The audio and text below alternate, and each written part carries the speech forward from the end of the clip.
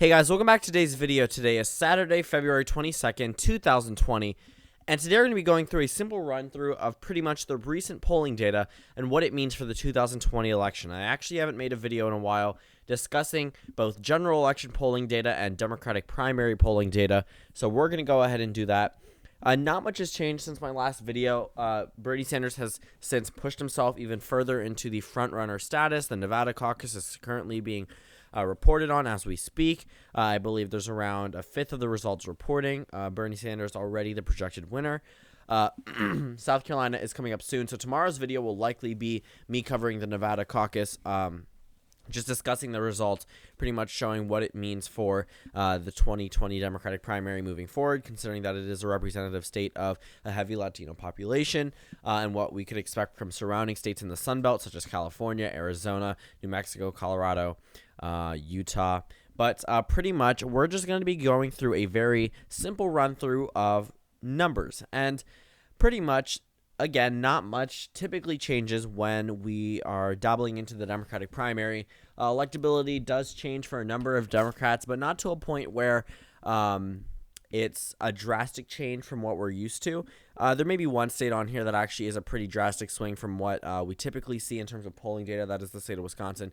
We'll cover that in just a moment. But Democratic primary data is also something that we do need to cover as well because, of course, this decides the Democratic nominee. So Nevada currently going on. It actually seems like these results might be replicated with the top four candidates, and then Steyer actually moves ahead of Klobuchar according to the current results.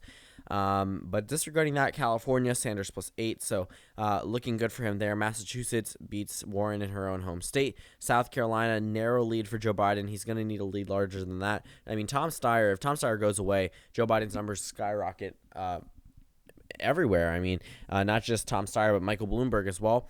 Biden would be probably in the lead nationwide if Bloomberg was not in the scenario. But California, Minnesota, North Carolina, all showing good news for progressive Democrats. Klobuchar, of course, leading in her own home state, but Biden not doing too well in California or North Carolina. I mean, previously led in North Carolina, now is behind Bloomberg. Bloomberg, for some reason, resonates very well with African-American voters, or at least African-American Democratic primary states, and it's really shocking. I mean, Bloomberg doesn't exactly have the most, the best past for appealing to African-American voters, whereas someone like Bernie Sanders might.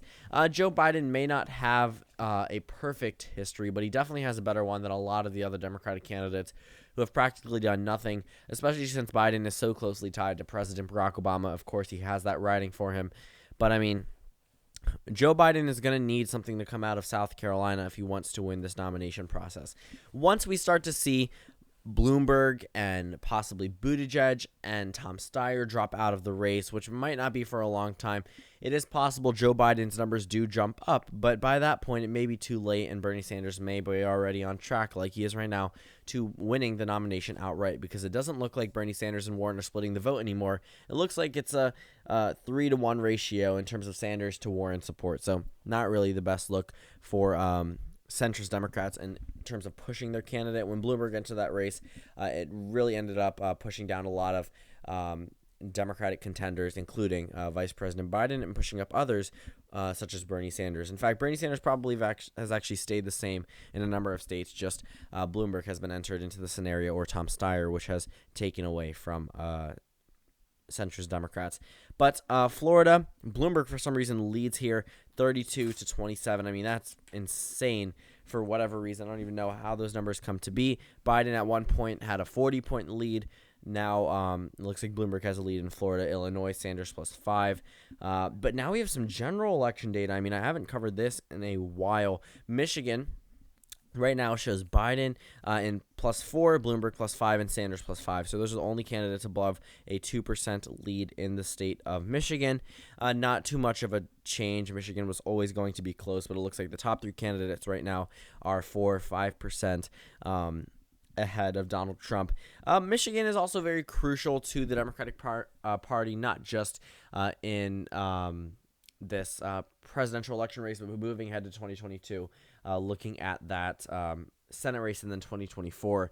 2022 actually could go very well for Democrats if Trump does win re-election. That Senate map looks very good for them. They could actually come back and win the majority.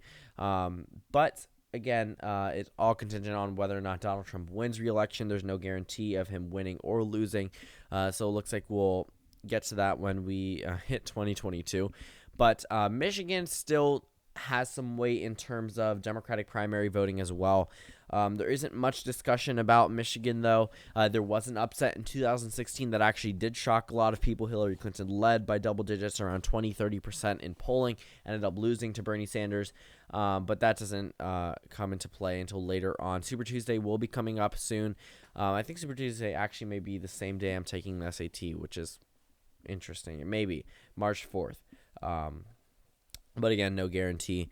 But so Michigan, pretty much all the Democrats lead here, though there are areas where it is within the margin of error, such as Warren leading by 2 or Klobuchar by 1, Buttigieg +1. Wisconsin, this is the one that I said we're seeing a drastic shift. I mean, Biden used to lead in the state of Wisconsin, and it looks like now it's a very narrow lead. Same thing goes for Bernie Sanders. I mean, Trump actually beats Bernie Sanders in terms of the overall average here, which is insane. I mean, I'm very surprised Wisconsin would be this much in favor of Donald Trump. I don't really believe these numbers. I don't think that it's going to be this big of a margin. When I say believe these numbers, it's not that I disagree with them in the way that the results are portrayed. I disagree that these are the actual numbers coming from the state of Wisconsin. Quinnipiac isn't. I genuinely do not believe they're accurately sampling the state of Wisconsin when they ask for these numbers, because when it comes on election day, we'll all see it. Wisconsin will not be decided by a 7-point margin for Donald Trump if he is to win there. It is still going to be a close race, and there definitely aren't that many people that are considered undecided at this point and favor Trump. But obviously, numbers are numbers. I'm still going to take into account when I'm discussing 2020 election predictions, because this is the only recent poll we have from Wisconsin. And another Rust Belt state, actually 3 states that flipped for Donald Trump that landed in the presidency in 2016, Wisconsin, Michigan, and Pennsylvania. Pennsylvania has numbers as well. The largest lead for a candidate is Joe Biden, Bloomberg +6, and Sanders +4. That's your top 3 candidates right now. But Klobuchar actually has the second largest lead. It makes sense. Biden, number 1, was born in Pennsylvania, has a regional advantage. Number 2, the white working class definitely likes candidates such as Joe Biden or Michael Bloomberg. I mean, a lot of these businessmen candidates worked with, I guess the only one, Donald Trump, worked with them back in 2016. So Bloomberg also seems to offer that to them as well. Klobuchar also appeals to the white working class. Centrist Democrats typically do better. Same thing showed in the Democratic primary in 2016. But now we see Florida.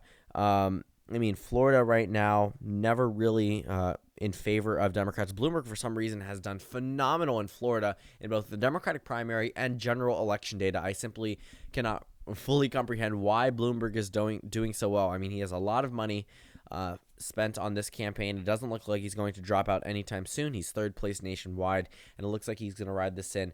Possibly actually have a spot at the convention where he is in a point where he could win the nomination based off superdelegates. So it's practically insane that Bloomberg is doing so well in Florida. But other than that, Trump beats every other candidate or ties with them except for Biden and Bloomberg. Bloomberg, of course, has the largest lead of +6, Biden +1, and then the rest either tie or lose to Donald Trump. They just polled the Michigan Senate race, which a lot of you guys have been commenting about it being a Republican race. It's really interesting.